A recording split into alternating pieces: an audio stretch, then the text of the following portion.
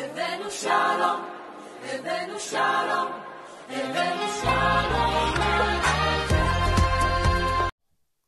సర్వ సృష్టికర్త, జీవన్మరణదాత, సర్వేశ్వరుడైన ఘనమైన యేసు ప్రభువారి దీవెనామంలో యూట్యూబ్ ద్వారా వీక్షిస్తున్న మీకు అందరికీ శుభములు, దీవెనలు ఆ యేసు ప్రభు ద్వారా వచ్చే ఆశీర్వాదం తెలియజేస్తున్నాను. రండి, ఈ ప్రభుదినమందు ఓ మహోత్తరమైన ప్రవక్త యెహెజ్కేలు గ్రంథం, పాత నిబంధనలో అద్భుతమైన మర్మగర్భతమైన ఎంతో ప్రవచనాత్మకమైన లోతైన భావాల సముదాయంగా ఉన్న పుస్తకము యెహెజ్కేలు గ్రంథము. యెహెజ్కేలు అంటే హెబ్రీ భాషలో గాడ్ ఈజ్ మై స్ట్రెంగ్త్, యెహోవాయే నా బలము, యెహోవాయే నా సహాయకుడు, యెహెజ్కేలు అనే మాట. ఇది 48 అధ్యాయాలు ఉన్నాయి, 1273 వచనాలు ఉన్నాయి. The book of Ezekiel has 48 chapters with 1473 verses. అద్భుతమైన పుస్తకము, చాలా లోతైన ఆత్మీయ భావాలతో చెప్పబడిన పుస్తకము యెహెజ్కేలు గ్రంథం. అయితే ఈ 48 అధ్యాయాలని 3 భాగాలుగా చేసుకుంటాం. అర్థం చేసుకుంటానికి ప్రయత్నించండి. మొదటి 3 అధ్యాయాలు హెవెన్లీ గ్లోరీ, పరలోక మహిమ. మొదటి 3 అధ్యాయాలు, the first 3 chapters can be called as heavenly glory, పరలోక మహిమ. ఆ తర్వాత 4 నుంచి 24 వరకు, from chapter 4 to 24 chapter, it's called as departing glory, వెళ్ళిపోయిన మహిమ. జాగ్రత్తగా గుర్తుంచుకోండి. 3 చూస్తే 25 నుంచి చివరి వరకు 48 వరకు రిటర్నింగ్ గ్లోరీ, అంటే తిరిగి వచ్చిన మహిమ. 3 జ్ఞాపకం పెట్టుకోండి. పరలోక మహిమ నెంబర్ 1, రెండవది వెళ్ళిపోయిన మహిమ నెంబర్ 2, మూడవది తిరిగి వచ్చిన మహిమ. కాబట్టి this is called as the book of glory, మహిమ సంబంధించిన పుస్తకము, గ్రంథము, ప్రవచనాత్మక పుస్తకము యెహెజ్కేలు గ్రంథము. సరే, మంచిది. ఇక్కడ ఈ 48 అధ్యాయాలు అంటే ఒకవేళ నేపథ్యంకి వెళితే, రాజైన హోషియా ఉజ్జియా కాలంలో యెహెజ్కేలు జన్మించాడు. He was born in the time of Hosea and Uzziah. హోషియా ఉజ్జియా కాలంలో జన్మించాడు యెహెజ్కేలు. 25 సంవత్సరాల వయసులో యెరూషలేము నాశనం ఒకటి చూశాడు. తర్వాత అతను కూడా బందీగా బబులోను వెళ్ళిపోయాడు. 30 సంవత్సరాల వయసులో ప్రవచించాడు. ఈ నేపథ్యం అర్థమైతే ఈ భాష, ఈ భావము, ఈ అంతర్గత ఆవేదన, ఈ ప్రవచనాత్మకమైన మాటల భావం అర్థమవుతుంది. కాబట్టి ఇక్కడ అంటే 3 విషయాలుగా చూసుకుంటే, యెహెజ్కేలు అంటే యెహోవా బలపరచువాడు, యాజక కుటుంబంలో జన్మించాడు, యెరూషలేములో జీవించాడు, బబులోనుకు బందీగా వెళ్ళాడు. ఇది అయితే ఒకవేళ క్రీస్తుకు పూర్వము 605వ సంవత్సరంలో రాజైన నెబుకద్నెజరు యవనస్తులు తీసుకుని వెళ్ళిపోయాడు బబులోనుకు, యెరూషలేము నుండి. ఫస్ట్ గ్రూప్ అన్నమాట. ఈ మొదటి గ్రూప్ ఎప్పుడంటే క్రీస్తుకు పూర్వము 605 సంవత్సరము. In the BC 605 Nebuchadnezzar took the first batch of young people to Babylon. ఆ గుంపులో వెళ్ళినవాడు దానియేలు. ఆ తర్వాత క్రీస్తుకు పూర్వము 597లో ఆ ప్రాంతంలో ఇంకా 10,000 మందిని తీసుకుని వెళ్ళాడు బబులోనుకు బందీలుగా. ఆ గుంపులో ఉన్నవాడు యెహెజ్కేలు. తర్వాత మూడవది 586లో యెరూషలేము పూర్తిగా నాశనం అయిపోయింది. ఈ నేపథ్యం అర్థమైతే ఈ భావము చాలా కఠినంగా ఉంటుంది. దీని యొక్క అంతము లేక దీని యొక్క ఈ పుస్తకాల సారాంశము లేక అంతర్గత భాగము లేక అంశం ఏంటంటే దేవుని తీర్పు మరియు మహిమ, God's judgment and God's glory. దేవుని తీర్పులో ఎవరైతే నిలబడతారో, దేవుని తీర్పులో ఎవరైతే నిందారహితులుగా బయటపడతారో వారికి దేవుని మహిమ వస్తుంది. ఇది ఈ పుస్తక సారాంశము. మూలపదంగా వెళితే దేవుని మహిమ, దేవుని సార్వభౌమత్వము, దేవుని ఆత్మ, ఈ 3 పదాలు ఈ 48 అధ్యాయంలో మనకు కనిపిస్తూ ఉంటుంది. సరే, ఎక్కువగా పదే వచ్చిన పదాలు ఏంటంటే దేవుడైన యెహోవా అనే పదము 200 సార్లు పైగా వచ్చింది. యెహోవా ఇలాగూ చెప్పుచున్నాడు అనే మాట 120 సార్లు పైగా వచ్చింది. యెహోవా నాకు ప్రత్యక్షం అవుట అనే మాట 40 సార్లు పైగా వచ్చింది. ఆత్మ అనే మాట కూడా 25 సార్లు పైగా వచ్చినట్టుగా మనం గమనిస్తున్నాం. సరే, ఇక్కడ ఒక అద్భుతమైన మాట ఏంటంటే ఈ పుస్తకంలో ఈ 48 అధ్యాయంలో నరపుత్రుడా అనే మాట ఎక్కువ నరపుత్రుడా అనే మాట వాడతాడు. ఇది బైబిల్లో ఈ పుస్తకంలోని మాట కనపడుతుంది. 88 సార్లు రాయబడి నరపుత్రుడా నరపుత్రుడా. మొదటిసారి 1:21 ఉంది, 88సారి 47:6 ఉన్నది. ఇది ఈ పుస్తకం యొక్క నేపథ్యంగా మనము గమనించవచ్చు. సరే, ఈ పుస్తకం యొక్క కీవర్డ్స్ చూద్దాము.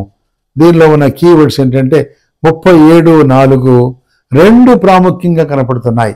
ఒకటి 11, 19, ఇంకొకటి 37:4. ఈ 2 భాగాలు, these are the 2 keywords in the book of Ezekiel. యెహోవా బలపరచువాడు. ఈరోజు ఈ మాట వింటున్న నీవు భయంకరమైన పరిస్థితుల్లో వెళ్తున్న వాళ్ళు, ఈ పరిస్థితుల్లో ఉన్నవాళ్ళు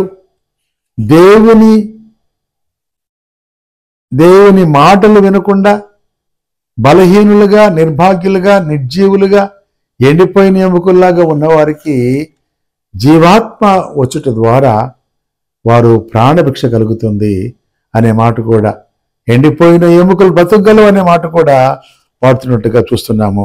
అయితే ఇక్కడ మాట ఏంటంటే ఈ కీవర్డ్స్ నేను చదువుతున్నాను.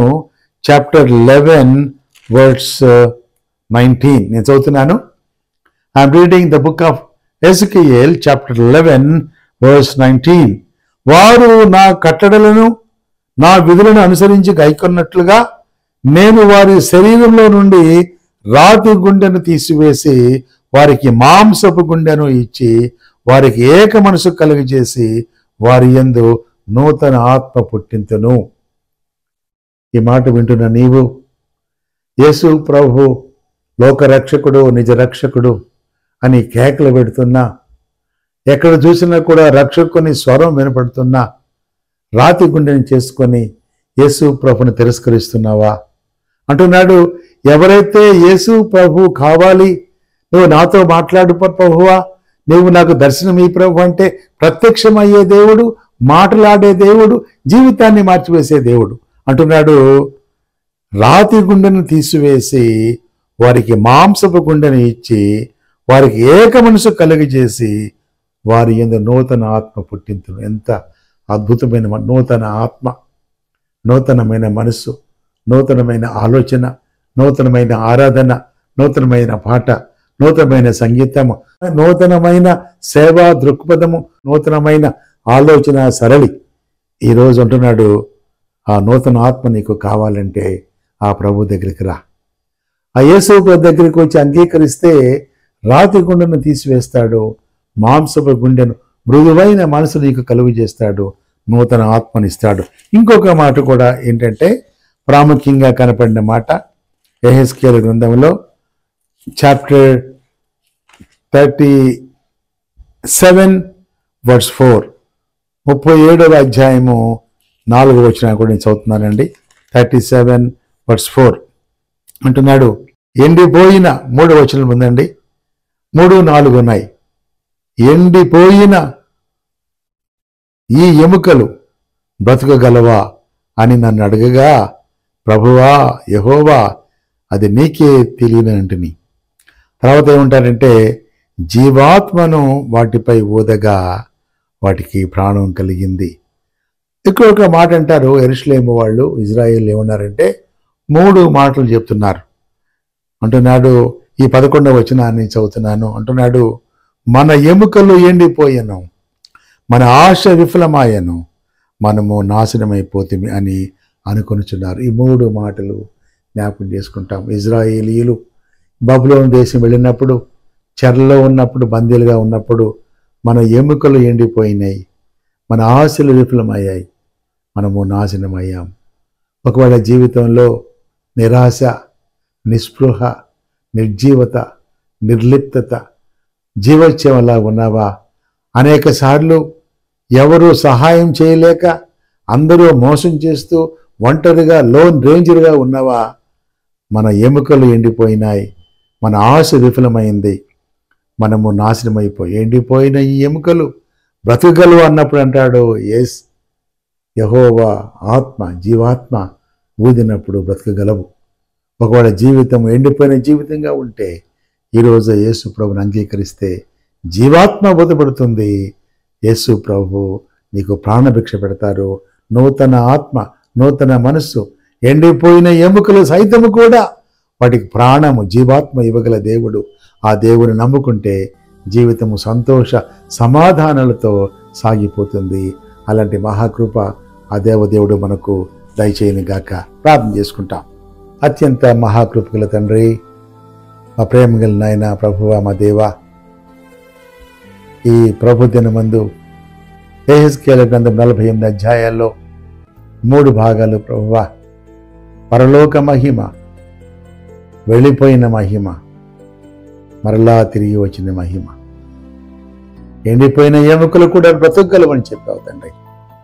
వాక్యం వింటున్న వారు నిర్జీవంగా, బాధల్లో, కష్టాల్లో, నిస్సత్తువుగా, దుఃఖంలో, వేదనలో, ఎవరికీ చెప్పుకోలేని సమస్యలో ఉన్నవారిని ఆదరించి ఎండిపోయిన ఎముకలు కూడా బ్రతుకగలవు ప్రభువా. మీరు చెప్పారు కాబట్టి జీవాన్ని ప్రసాదించండి, ఉజ్జీవాన్ని ప్రసాదించండి. మా పితరులు చెప్పిన మాటలు ఎలాగైతే ఎండిపోయిన ఎముకలు, మా ఆశ విఫలమైపోయింది, మేము సమసిపోతున్నా అన్నవారు మరలా ప్రాణభిక్ష ఓ మహా సైన్యముగా ఎలాగో చరిత్రలో ఉన్నారో అలాగా వింటున్న వారిలో నూతన జీవాన్ని పుట్టించమని, నూతన ఆత్మను దయచేయమని, నూతన ఉజ్జీవాన్ని దయచేయమని వందనాలు తెలియజేసుకుంటూ యేసయ్య నామములో ప్రార్థించి అడిగి వేడుకొంచున్నాం తండ్రి. తండ్రి, కుమార, పరిశుద్ధాత్మ దేవుని సన్నిధి, సహాయము, సహవాసము, సమాధానము, సమృద్ధి సదాకాలము మనకు తోడైండును గాక. Amen, amen, amen. Shalom and blessing to all. దేవుడు మనల్ని దీవించును గాక.